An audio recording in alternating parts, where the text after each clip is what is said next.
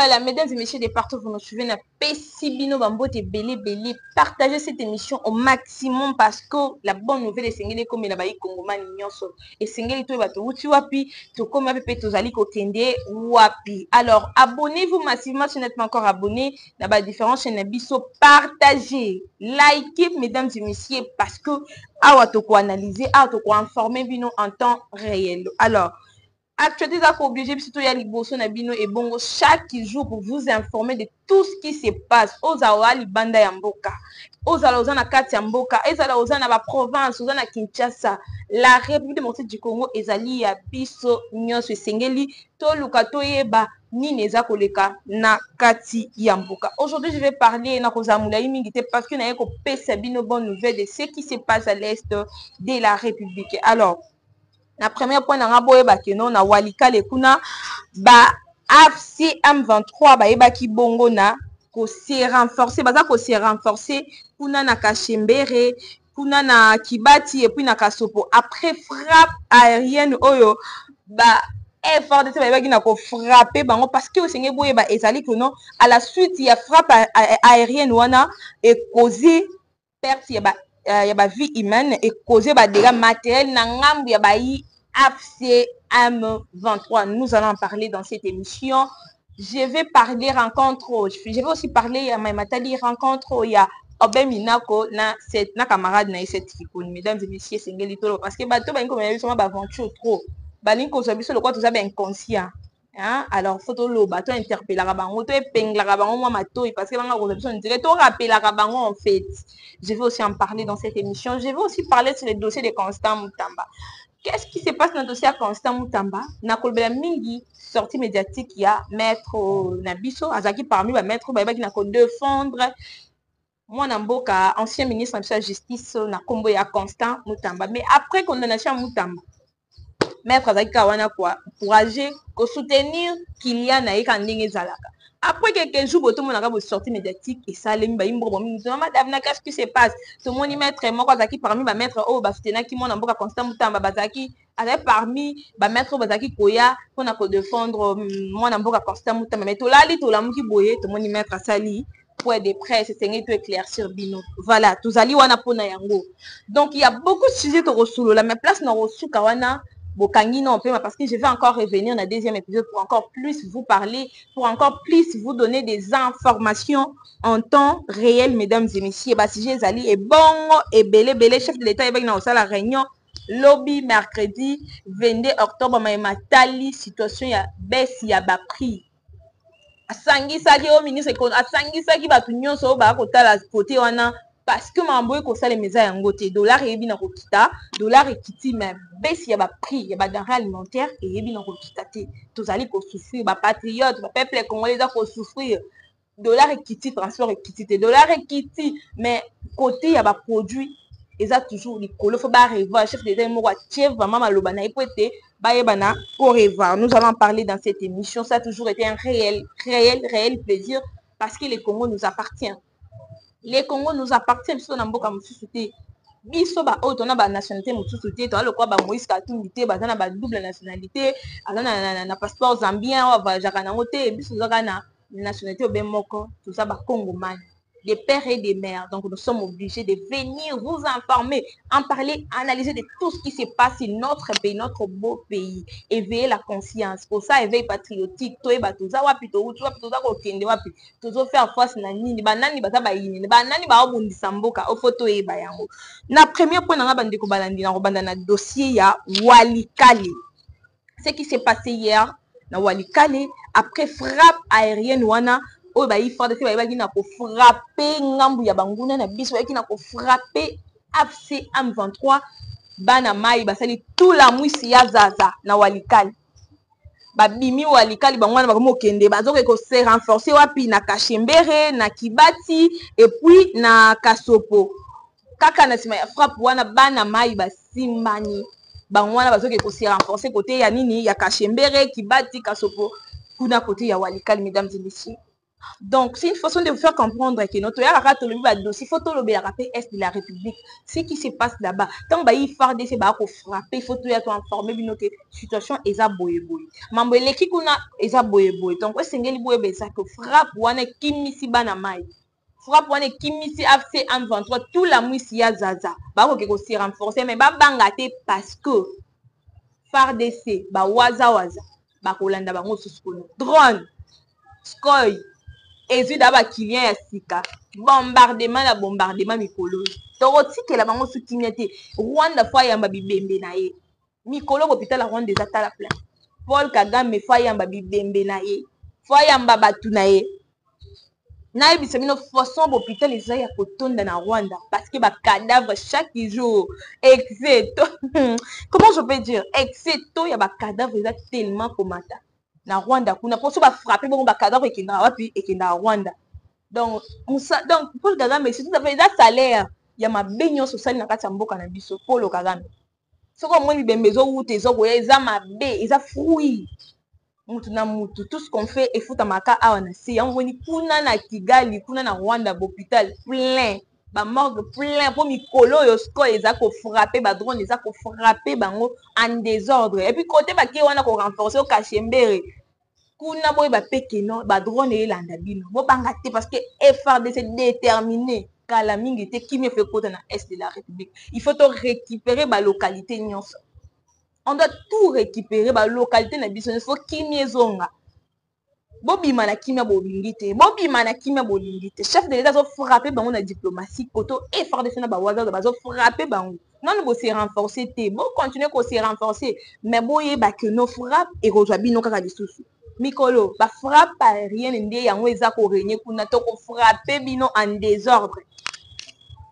Félicitations na ba FARDC na ba wazali no musala malamu bolemba te bo frappeler biso bango tina suka d'ici là faut bo frapper sur d'autres frappes côté ba ke ko kangama na faut bo frapper bango lisusu bandeko balanda. Félicitations na ba waza félicitations na ba FARDC bolemba te coup de chapeau à vous. Il faut to récupérer ba localité na biso nyonso il faut to récupérer faut ba kima Paul Kagame faut futa masumu ba nyonso ya bomi na kati ya mboka na biso.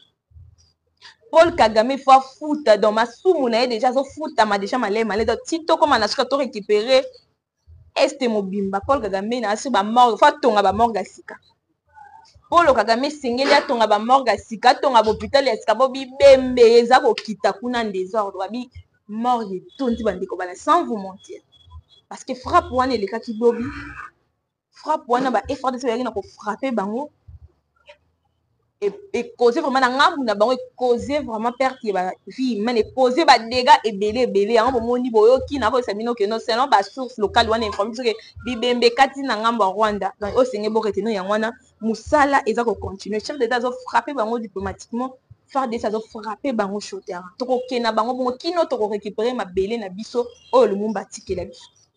Pour ne pas aussi monopoliser la parole, je vais revenir chaque fois. Naïf Sarabino, son a si première partie, si Dieu fait grâce, na raison à deuxième partie avec plus de détails. Surtout ma motel est Mikolo ko bando vendre la. On peut toza na posa ya nyonso za koleka. Bino pe bato boza kuna bandeko na biso ba Kongomani. Les gens qui nous suivent à partir de l'est de la République. Si vous avez des informations, veuillez nous appeler. Moi, je réponds mon téléphone H24. Veuillez nous appeler comme Batumsu Basala Kayango. Déjà, il y a des amis, il y a les frères qui sont là-bas. Ils nous appellent pour nous informer. Il n'y a pas de tel problème. Il s'est passé ça. Avant, il y a aussi des abonnés, il y a aussi nos confrères, il y a aussi les Congomani de là-bas qui nous appellent. Donc, il faut faire pareil. Il faut appeler parce que nous devons informer tout ce qui se passe. Et c'est tout informatique.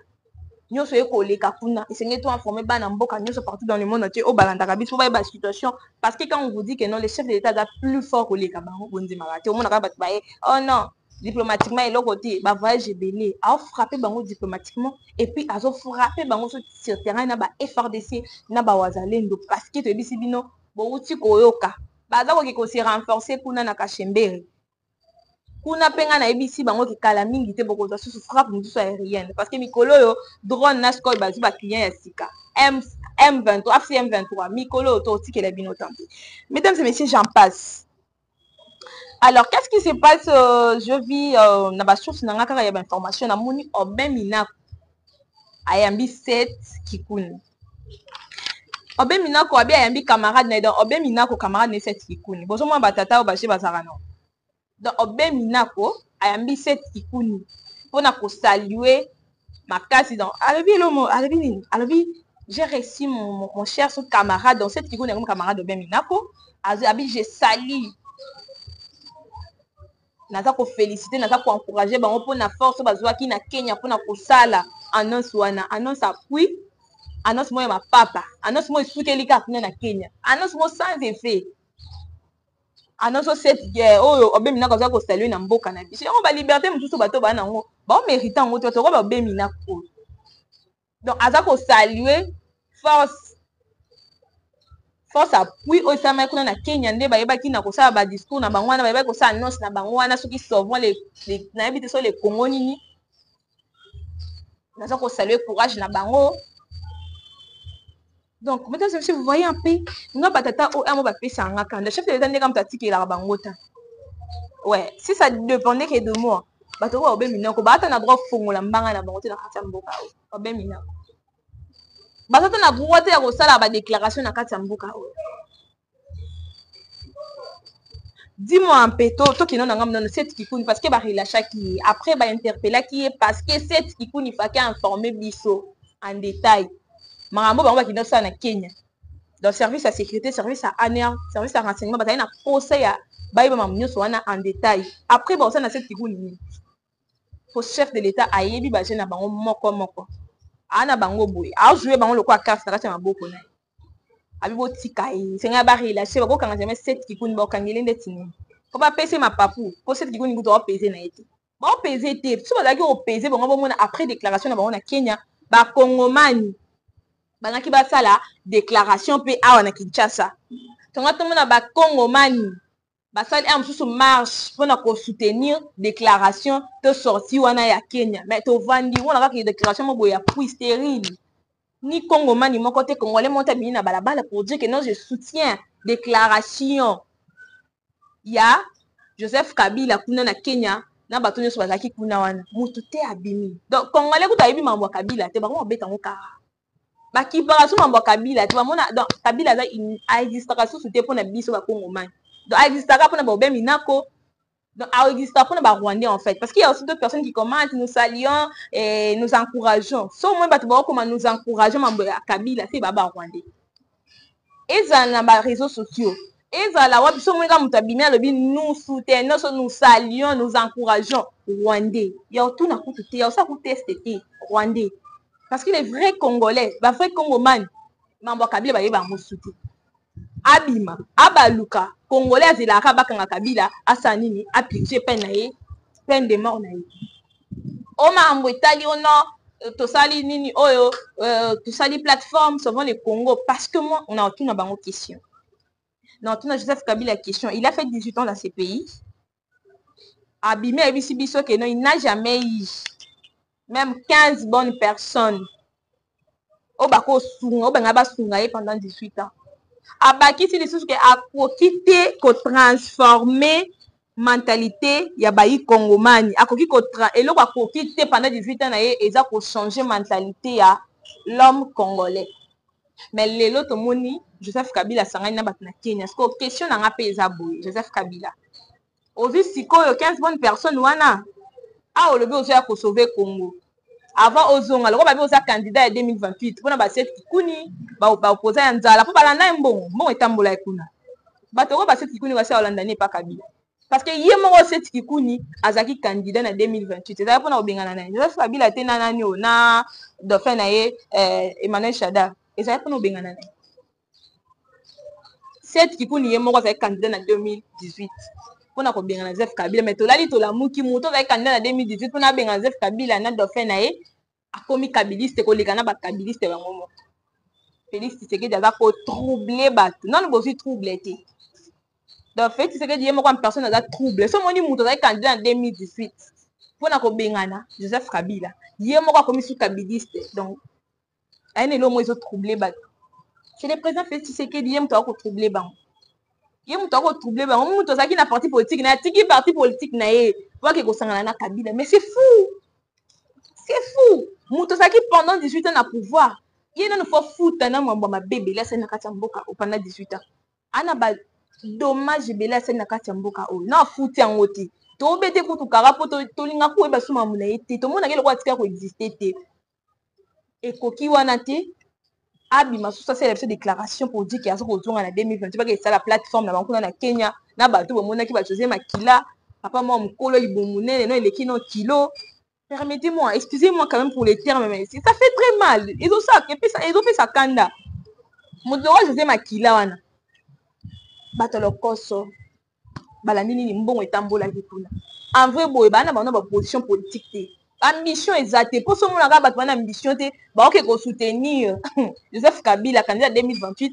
Mouto Zaki déjà candidat, Zaki d'être président na mboko pendant 18 ans a déclaré que azwa attaque 15 bonnes personnes te autour na ye.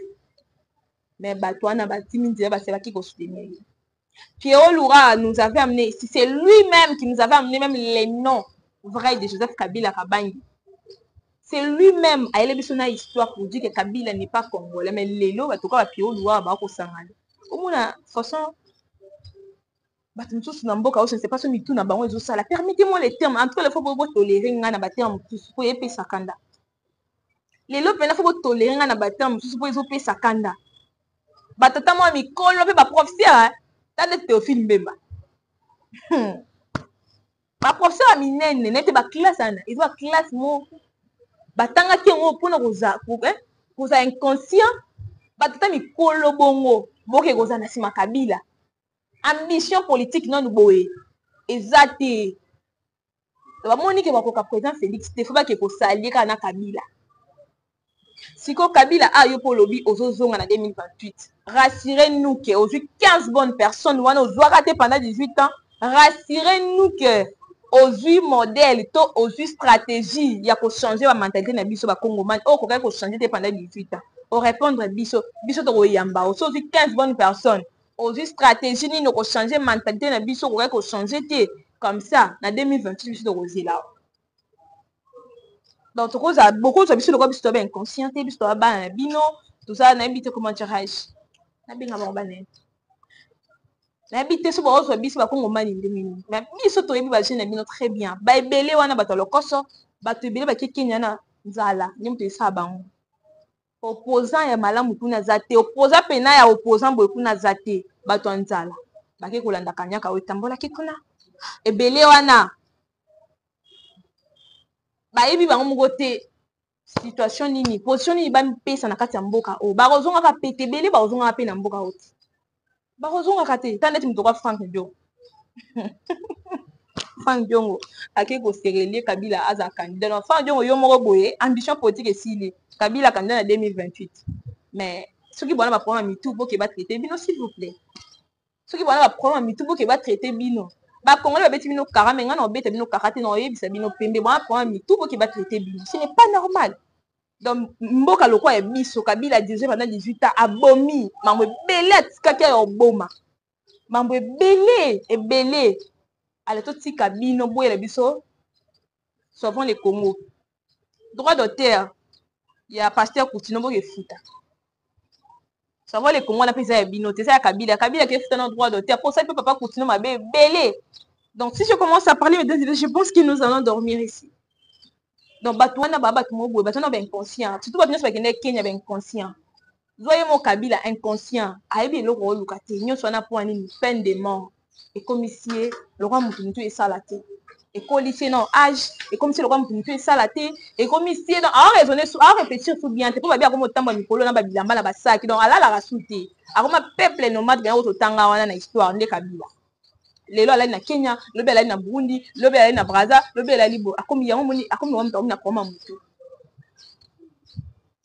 Donc mesdames et messieurs et puis ça kanda donc bomi to ça bomi vente on a pour ça na binoté on a pour ça na binoté fait tu sais que a obeta bango yango mo ba komi kizunguzungu e komo ozwa bango ba obata mona bila mama boko mabe ba obakatsa boye ala la rasusu te ndeti bato nyonso oyo bakende kuna mpona kokesala soki souvent mpona kokende kosola kuna bato ya intérêt lokoso bakende mpona kanyaka en soi boye bango bakomi miso candidat 2028 te yo moko oyebi yango très bien donc mesdames et messieurs tolandaka babiloko wana te eza badistraction kabila oluka neni bacele na se mpona 18 apene ayebi ke so bakokanga ye mandat d'arrêt eza déjà lancé bakokanga ye biso mpe bakongomani tozelaka mokolo yango tokosepela tokosala fete mpo bomi mboka o bomi bandeko na biso ebele donc je ne vais pas rester trop dedans tolobela sujet ya Constant Mutamba parce que je suis presque à la fin je vais chiter na faire bino ke na kozonga. Je vais encore revenir pour vous parler encore plus de la situation secrétaire à l'Est de la République. Je vais revenir encore pour vous en parler de tout ce qui se passe au pays parce que vous savez que non, Assemblée nationale, kuna moto ezaka ya kopé là. Et même bon, Josaki ministre de l'industrie a démissionné. Selon des sources, le lobby a démissionné parce qu'il y a un procès à PC président de l'Assemblée nationale. L'Assemblée nationale, je vais revenir encore avec plus de détails, mais je viens un peu répondre pour éclaircir bato kotalisa bato mambotali dossier à Constant Mutamba. Tomoni maître Nabiso Abimi pour faire un peu de presse pour dire que non Constant Mutamba à la kaki mbogo à la kaki bango mbongo mais tomoni kaka yene mutabimi a sali point de presse pour dire que non mbongo na ya la kaki ba pesiete. Est-ce que problème ya client na maître avocat na il faut c'est un point de presse. Est-ce que Mutamba za le quoi client na yo yo zaki avocat na ye. Est-ce qu'il faut c'est un point de presse pour menacer la personne dire que non, je connais des graves révélations. Mais ce qui est lobby que tu connais des graves révélations, la population, bana monde entier, dans le bata bana monde entier, ba imbo kanyos, ba Congo mani nyoso, ba landa procès à Mutamba et bandeli tisuka. Ba ko banda pe ko zongi c'est la yo, ba interview na yo. Ba ko banda pe ko zongi c'est la yo, ba passage na on a ba TV. Bakobanda kozongisela yo parce que moi je n'ai pas beaucoup à dire sur ces dossiers ce qui bolingi bo comprendre kozongi kaka na procès ya Mutamba ben intervenir se mettre à salaki boki ko ba réponse kuna c'est il était la première personne je ne sais pas qu'est-ce qui se passe ça a intérêt ya mbongo tout ezanini mais ça ne fait pas c'est passé comme ça ce que vous pensez avec ce genre de comportement à la prochaine fois bato ko sapena souci to pour ça to besoin ya ko kozwa mettre le coup l'avocat na bango parce que rosa mettre belobi na wale ki asali le point de presse bato ko banga okimisa ba client nyonso lobi soki osa client mettre lobi soko foli bien te alors qu'ils a ba secret ya musala en tout cas ils a déplorable allez-y régler ça en privé ceux qui osa na droit na il faut pas payer son bon ba ko régler en privé mais pas na télévision té et ça ko quitte sa crédibilité. Et ça quitte sa crédibilité. Donc voilà, mesdames et messieurs, vous avez besoin de plus de réponses sur les dossiers des maîtres par rapport à sortie Naïe Mambotali, Constant Mutamba, procès à Mutamba. Bon, quelqu'un a un point de interview à ça, la mission à ça, là, n'attend pas procès. Aussi par réponse qu'on a. Donc nous sommes à la fin de notre émission. Merci que j'ai déjà consommé minute Sangé Belé. Merci pour la confiance, merci pour la fidélité. Abonnez-vous massivement, partagez l'émission au maximum, aimez, likez, appelez-nous H24 si vous avez des informations. Si vous avez des informations, vous nous appelez, nous allons répondre. Nous allons passer pour en parler, pour débattre, pour analyser en fait. Salutations spéciales à Yalengo Singandou depuis Canada. Merci aussi pour les soutiens. Salutations spéciales à abonné à Nyonso, abonné à Biso Nyonso, à Lingara Binomi, avec le même plaisir. Au revoir.